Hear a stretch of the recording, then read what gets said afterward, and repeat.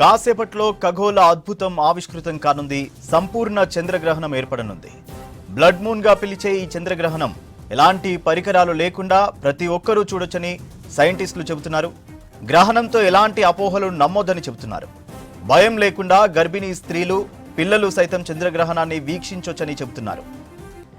అయితే చంద్రగ్రహణం గడియల్లో జాగ్రత్తలు అవసరమని వేదాంత శాస్త్రీయులు చెబుతున్నారు. ముఖ్యంగా గర్భిణీలు, పిల్లలు జాగ్రత్త అంటున్నారు. కుంభరాశి వాళ్లకు చంద్రగ్రహణం చూస్తే ముప్పని చెప్తున్నారు. గ్రహణం తర్వాత ప్రతి ఒక్కరూ స్నానాలు ఆచరించాలని వేదాంత శాస్త్రీయులు చెబుతున్నారు. ఇదే విషయంపై డీటెయిల్స్ శ్రీశైలం లైవ్ లో అందిస్తారు. శ్రీశైలం, సంపూర్ణ చంద్రగ్రహణం సరిగ్గా ఎన్ని గంటలకు జరుగుతోంది? డీటెయిల్స్ ఏంటి? సూర్య 9:57 ఈ చంద్రగ్రహణం ప్రారంభమవుతుంది. అర్ధరాత్రి 1:26 పూర్తవుతుంది. మధ్యస్థ సమయంగా 11:42 మధ్యస్థ సమయం అని నిర్ణయించారు. అంటే ఈ 11:42 సంపూర్ణ చంద్రగ్రహణం ఏర్పడుతుందని చెప్పి శాస్త్రవేత్తలు చెప్తున్నారు. ప్రారంభమైనప్పటి నుంచి కొంచెంగా చంద్రుడు రెడ్ కలర్లోకి పూర్తిగా మారిపోతాడు. ఆయన కనిపించేటువంటి ఆ విజువల్ను, ఆ కలర్ను చూసే బ్లడ్ మూన్గా దీనికి పేరు పెట్టారు. ఇట్లాంటి పేర్లతో అంటే కనిపించేటువంటి ఆ కలర్ను బట్టి ఆ అంశానికి సంబంధించి అప్పుడు ఉన్నటువంటి సిచ్యువేషన్ తగ్గట్టుగా ఆ కలర్ను మెన్షన్ చేస్తూ బ్లూ మూన్ అని, రెడ్ మూన్ అని ఇట్లాంటి పేర్లు పెడుతూ ఉంటారు. అయితే మనకిప్పుడు కనిపిస్తున్నటువంటి ఈ చంద్రగ్రహణం అనేది 2022లో కూడా ఇట్లాంటిదే ఏర్పడింది. అప్పుడు కూడా సంపూర్ణ చంద్రగ్రహణం కనిపించింది. ఇది మళ్ళొకసారి 2028లో డిసెంబర్ ఆ సమయంలో మళ్ళొకసారి కనిపించే అవకాశం ఉందని మనకు తెలుస్తోంది. ఇట్లాంటివి కొన్ని సంవత్సరాలు అంటే మనం 2022లో కనిపించిన తర్వాత మళ్ళీ ఇప్పుడు మనకు 2025లో కనిపిస్తుంది.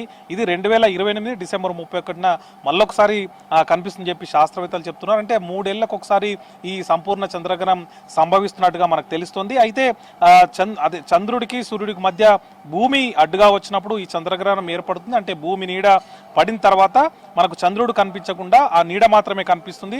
అప్పుడు ఏర్పడేటువంటి ఆ ఎరుపు రంగు చంద్రుని మీద పడి మనకు అడ్డుగా భూమి రావడం వల్ల మనకు రెడ్ కలర్లోకి చంద్రుడు పూర్తిగా మారిపోవడంతో దీన్ని ఎరుపు రంగులో కనిపిస్తుంది. అందుకని రెడ్ మూన్ గా దీనికి పేరు పెట్టారు. మరోవైపు ఇది రాత్రి 11:42 ఈ మధ్యస్థ సమయంలో పూర్తి చంద్రగ్రహణం కనిపిస్తుందని చెప్పి చెప్తున్నారు. అయితే ఆగమ శాస్త్రాలు లేకపోతే పండితులు చెప్తున్న దాని ప్రకారం గ్రహణానికి దాదాపు 9 గంటల ముందు నుంచే ఈ గ్రహణ కాలం అనేది ప్రారంభమవుతుంది. ఆ సమయానికంటే ముందు 9 గంటల నుంచి కూడా గ్రహణానికి సంబంధించినటువంటి ఆచారాలు పాటించాలని చెప్పి ముందు నుంచి చెప్తూ వస్తున్నారు. అప్పటి నుంచి ఆచరిస్తేనే మంచిదని పేర్కొంటున్నారు. మరోవైపు ఈ గ్రహణ సమయంలో కూడా కొన్ని విశ్వాసాలు ప్రజల్లో ఉన్నాయి. దాంతోపాటు పండితులు కూడా కొన్ని జాగ్రత్తలు చెప్తున్నారు. అవి మనం ఒకసారి అబ్జర్వ్ చేద్దాం. సాధారణంగానైతే మనకు తెలిసిన దాని ప్రకారం గ్రహణ సమయంలో ఫుడ్ తీసుకోకపోవడం, అంటే ఆహారం తీసుకోకపోవడం, ఆహారాన్ని నిల్వ ఉంచకపోవడం, ఇట్లాంటి అంశాలని పాటిస్తుంటారు. గ్రహణ సమయంలో బయటకు రాకుండా ఉండాలని, ప్రయాణాలు లాంటివి, పూజలు లాంటివి వాయిదా వేసుకోవాలని చెప్తున్నారు. దీంతోపాటు సాయంత్రం 6 గంటల లోపే ఈ ఏవైనా ఆహారం తీసుకోవాలన్నా ఇంకేదన్నా కూడా ఆలోపే పూర్తి చేయాలని చెప్పి కూడా ఇప్పటికే ఆగమశాస్త్ర పండితులందరూ కూడా చెప్తూ వస్తున్నారు. అదేవిధంగా గ్రహణ సమయంలో ఇంట్లో నిల్వ ఉంచినటువంటి ఎట్లాంటి ఆహారాన్ని కానీ ఆ గ్రహణం తర్వాత కానీ గ్రహణ సమయంలో కానీ తీసుకోవద్దని చెప్పి, అసలు ఆహారాన్ని ఇంట్లోనే ఉంచకూడదు, నిల్వ ఉంచకూడదని చెప్పి వాళ్ళు చెప్తూ వస్తున్నారు. దాంతోపాటు గ్రహణ సమయంలో సాధారణంగా ఏ గ్రహణమైనా కూడా ఆ సమయంలో నిద్రపోకూడదు అనేది ఇంకొక నమ్మకం. దీనికి సంబంధించి ఇప్పుడు మనకు ఈ చంద్రగ్రహణం రాత్రిపూట సంభవిస్తుంది కాబట్టి ఈ సమయంలో నిద్రపోకుండా ఉండాలని చెప్పి చెప్తున్నారు. దానికి బదులు ధ్యానం కానీ జపం కానీ చేస్తూ ఉండడం, ఇట్లాంటివి మంచి పనులని, అదేవిధంగా రాహుపూజకు సంబంధించినటువంటి అంశాలను పాటిస్తే అది కూడా మంచిదని చెప్పి చెప్తున్నారు. దాంతోపాటు పూజా కార్యక్రమాలు వాటికి వీలైనంత దూరంగా ఉండడం, ప్రయాణాలు ఏమైనా ఉంటే వాయిదా వేసుకోవడం, ముఖ్యమైన నిర్ణయాలు ఈ గ్రహణ కాలంలో తీసుకోవద్దని చెప్పి, అట్లాంటివి తీసుకుంటే ఆ పనికి కూడా గ్రహణం పట్టుతుంది అనేటువంటి ఒక నమ్మకం ప్రజల్లో ఉంది. దాంతోపాటు అర్ధరాత్రి వాడుకు ఒకవేళ ఎవరైనా మేల్కుండలేని సమస్యలు ఉన్నప్పుడు, అనారోగ్య సమస్యలు ఉంటే వాళ్ళు మాత్రం మొత్తం మేల్కోకుండా 12 గంటల తర్వాత పడుకోవచ్చు అని చెప్పి పండితులు సూచిస్తున్నారు. దీంతో పాటు ప్రధానంగా ఇంకొక అంశాన్ని కూడా మెన్షన్ చేస్తున్నారు. గ్రహణానికి ముందు పట్టు స్నానం అంటారు, అదేవిధంగా గ్రహణం విడిచిన తర్వాత విడుపు స్నానం అంటారు. ఇవన్నీ కూడా రెండూ కూడా గ్రహణానికి ముందు, గ్రహణం తర్వాత ఇవి ఆచరించాలి.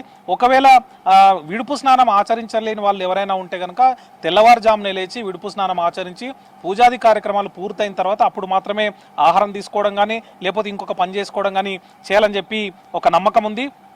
దాంతోపాటు ఈ గ్రహణ సమయంలో ఇప్పటికే మనకు తెలుసు పూజలు అనేవి చేయొద్దని చెప్తుంటారు. దానిలో భాగంగానే దేశవ్యాప్తంగా ఉన్నటువంటి ప్రధాన ఆలయాలు కానీ మిగిలిన ఆలయాలన్నీ కూడా మూతపడ్డాయి. ఒక శ్రీకాళహస్తిలో ఉన్నటువంటి ఆలయం తప్ప మిగిలిన ఆలయాలన్నీ కూడా పూర్తిగా మూతపడ్డాయి. గ్రహణ సమయంలో ఎట్లాంటి పూజలు నిర్వహించకూడదు, అదేవిధంగా భక్తులు కూడా దర్శించుకోవద్దు అనేటువంటి ఉద్దేశంతో ఆలయాలను మూసేశారు. ఇవన్నీ కూడా రేపు అంటే ఇప్పుడు గ్రహణ కాలం పూర్తవుతుంది. ఆ తర్వాత 4 గంటల సమయంలో సంప్రోక్షణ చేసిన తర్వాత ఆలయాల్లో ఆ తర్వాత భక్తులను దర్శనం కోసం అనుమతించేటువంటి అవకాశం ఉంటుంది. ఇక ఈ గ్రహణం వచ్చిన ప్రతిసారి కూడా ఏ రాశి వారికి ఇబ్బంది ఉంటుంది, ఏ రాశి వారికి ఎట్లా ఉంటుంది అనేటువంటి ఒక చర్చ కూడా బాగా జరుగుతుంది. దానికి సంబంధించి ఇప్పుడు మనకు ఈ రోజు ఏర్పడుతున్నటువంటి సంపూర్ణ చంద్రగ్రహణం సంబంధించి కుంభరాశి, అదేవిధంగా మీనం, మిథునం, సింహరాశుల వారికి చెడు ఫలితాలు ఉంటాయని చెప్పి, మరీ ముఖ్యంగా కుంభ అదేవిధంగా సింహరాశుల వారు ఈ గ్రహణాన్ని చూడకుండా ఉంటే మంచిదని చెప్తున్నారు. దాంతోపాటు గ్రహణ సమయంలో ఏం చేస్తే బాగుంటుందనే అంశాన్ని కూడా పండితులు చెప్తున్నారు. దుర్గాదేవిని పూజించడం కానీ, రాహు జపం చేయడం కానీ, అదేవిధంగా వెండి నాగపడగా, షేరుంబావు బియ్యం, నవధాన్యాలు దానం చేయడం, పట్టు విడుపు స్నానాలు ఆచరించడం ఇట్లాంటివి శుభ ఫలితాలు ఇస్తాయని చెప్తున్నారు. అదేవిధంగా ఈ మనం ఇందాక చెప్పుకున్నట్టు కుంభం, మీనం, మేషం, మిథునం, సింహం ఈ రాశి వారికి కొంచెం ఉద్యోగ సంబంధించి కానీ లేకపోతే వ్యాపార సంబంధించి కానీ ఇబ్బందులు ఉండే అవకాశం ఉంటుంది ఇప్పటికే మనకు పండితులు చెప్తున్నారు. మరోవైపు ఇంకొక వైపు చూసినట్లయితే శాస్త్రవేత్తల పరంగా ఈ గ్రహణాన్ని చూడడానికి ఎట్లాంటి ఇబ్బందులు అవసరం లేదు, అదేవిధంగా నేరుగా చూడొచ్చు, ఎట్లాంటి పరికరాలు కూడా చూసేందుకు అవసరం లేదు. ఎందుకంటే ఇది ఖగోళంలో జరిగేటువంటి ఒక అద్భుతము, ఇది అందరూ చూసే అవకాశం ఉంది కాబట్టి చూడాలని చెప్తున్నారు. ఇవి మిస్ అయితే మళ్ళీ అంటే చూసే అవకాశం ఉంటుందో ఉండదో కాబట్టి ఖచ్చితంగా ఇట్లాంటివి ఉన్నప్పుడు ఖచ్చితంగా చూడాలని చెప్తున్నారు.